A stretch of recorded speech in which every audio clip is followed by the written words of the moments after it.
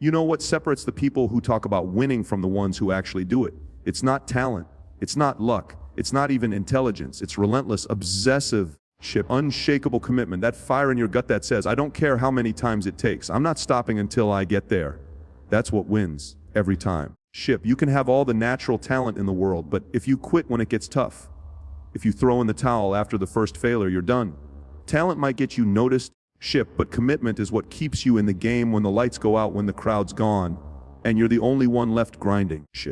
You have to want it so bad that the idea of giving up physically makes you sick. We've been conditioned to think that the people at the top are born different. That they have something the rest of us don't. That's a lie. What they have is hunger. They keep showing up long after the motivation fades. They keep pushing long after the pain kicks in. They hear no 1,000 times and they say, try me again. Relentless commitment doesn't mean you never fail. It means you never let failure define you. You use it. You analyze it. You grow stronger because of it. While everyone else is nursing their ego, you're adjusting your approach. You're studying. You're getting back up. You're trying every possible way until you find your way. And here's the truth. If you're not obsessed, you're not committed. If you're half in, you're already out. The people who get what they want in life are the ones who make a decision, an unbreakable internal contract that they're going to find a way or die trying. No excuses. No maybes. Just pure, relentless drive. This kind of commitment scares people because it demands something deep. It demands discomfort. It demands rejection. It demands sacrifice. But those sacrifices are the price of greatness. And if you're not willing to pay the price, someone else will. And they'll take the life you could have had. So, don't admire the relentless, become them. Get clear on what you want, burn the excuses. Burn the backup plan, and decide right now that you're going to chase it down with everything you've got until there is no more trying, only having. That's how you win, not with talent, with tenacity. When people say they're stuck, what they really mean is they've stopped looking. There's always another move. Always. I don't care how many times you've tried, how many doors slammed in your face, or how impossible it looks. If you're still breathing, you're still in the fight. The game isn't over until you decide it is. And the people who win, they're the ones who keep asking, what else can I try? Long after everyone else has walked away, you have to train your mind to refuse finality. Didn't work isn't a wall. It's a redirect. It's feedback. It's the universe saying, wrong angle. Try again. But what most people do is confuse a detour with a dead end. They hit a challenge, and instead of getting resourceful, they get resentful. They sit down and cry about how unfair it is. But you're not here to sit down, you're here to stand up, step back, and say, okay, that door's shut. What about the window? What about the side entrance? What about building my own damn door? Winners think differently. They expect resistance. Relationship. They understand that progress doesn't come in straight lines. It comes in spirals, zigzags, and setbacks. And when they hit those walls, they don't get emotional, they get strategic. They regroup, they call someone, they study, they move. They don't waste energy screaming at the wall. They find a ladder. This is what separates the dreamers from the door's resourcefulness. Because let's be honest, sometimes life doesn't give you the tools you need. But if you've got hunger, if you've got vision, you'll make tools. You'll carve a path where there isn't one. You'll find a move nobody else saw because you refuse to stop looking. Too many people wait for permission. They wait for conditions to be perfect. They wait for the next opportunity to just show up on their doorstep. But opportunity doesn't knock, it hides, and it dares you to come find it. If you're not willing to dig, you'll never uncover it. But if you keep asking, keep testing, keep pushing, sooner or later the pieces will start to move. So when it feels like you've tried everything, remind yourself, that's a lie. You've tried everything you know of, and what you don't know yet is the key. Go learn, go try, go fail, but don't stand still. Stillness is the enemy of progress. Movement, any movement, opens doors. You're not stuck, you're not finished. There's always another move, find it. Let's cut through the noise. If you want something extraordinary, you can't treat it like it's just a preference. You have to be obsessed, not interested, not curious, obsessed. That word makes some people uncomfortable because obsession's intense. It's loud, it's inconvenient, it demands something from you. But guess what? So does success. If you want to be world class at anything, business, art, fitness, relationships, you don't get there with balance. You get there with a tunnel vision so sharp that people think you've lost your mind. And in some ways you have.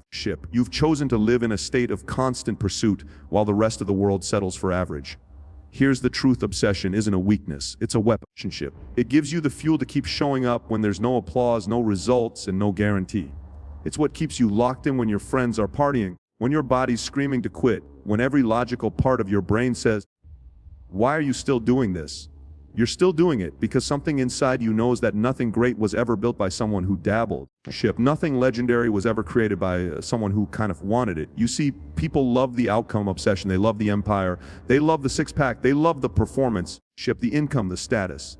But they don't see the years of tunnel vision it took to create it. They don't see the skipped vacations, the lonely nights, the failed prototypes, the late nights and early mornings fueled by a fire that never shuts off. Obsession makes you unreasonable in the best way.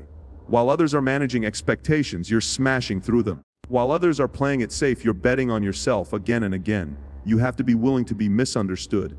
People will tell you to relax, to slow down, be realistic. But realistic never built a legacy. Realistic never wrote a bestseller, launched a world-changing business, or broke records. It's not their job to understand your obsession, it's your job to honor it. Because the truth is, you'll never rise above what you're not obsessed with. Passion fades. Interest drifts. But obsession anchors you. It's the voice that says, keep going when logic says stop. It's what turns action into identity. So if you're chasing something and people start calling you crazy, good, that means you're on the right path. That means you're no longer living in the land of mediocrity. You've crossed over into the place where champions are made, where goals become non-negotiable and your vision becomes oxygen. Let that obsession fuel you. Let it pull you forward. Let it keep you up at night because the dream is too big to sleep on. Own it. Embrace it. Because obsession isn't the problem, it's the solution. Pain. The moment you hear that word, most people flinch. They associate it with something to run from, something to numb, something to avoid at all costs. But what if I told you pain isn't your enemy?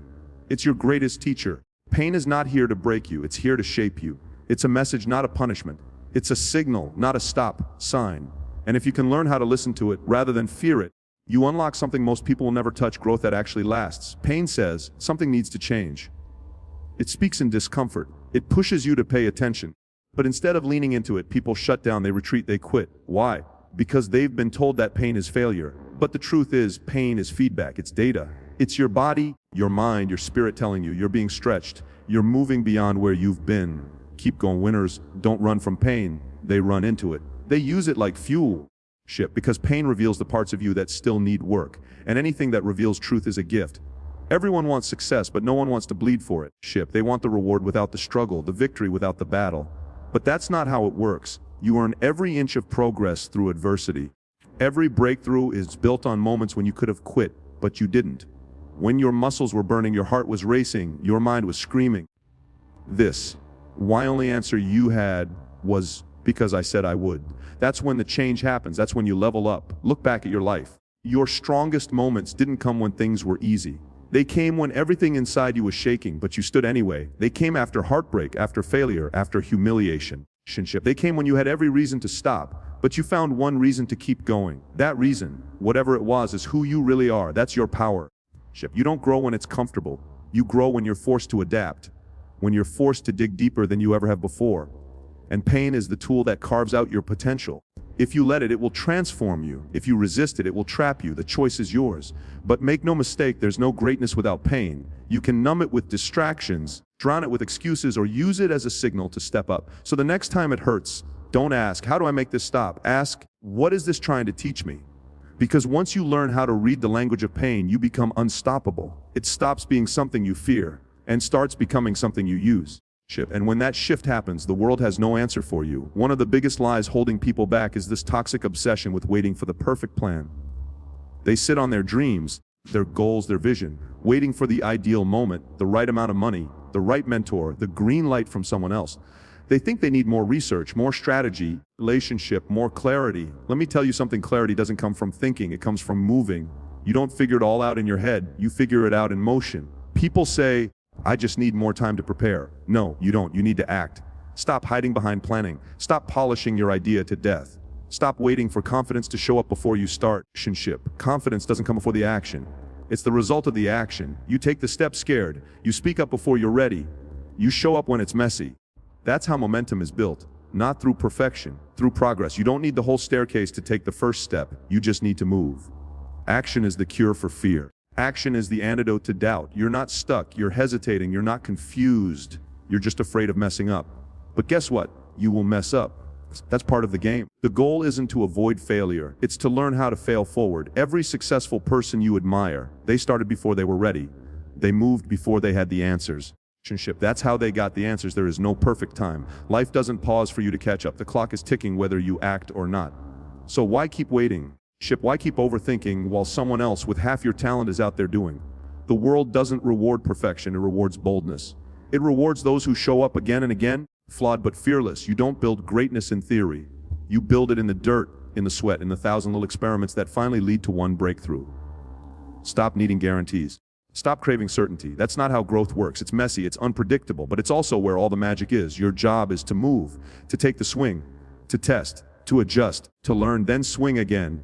You can't steer a parked car. So stop trying to map out the entire journey before you've even started the engine.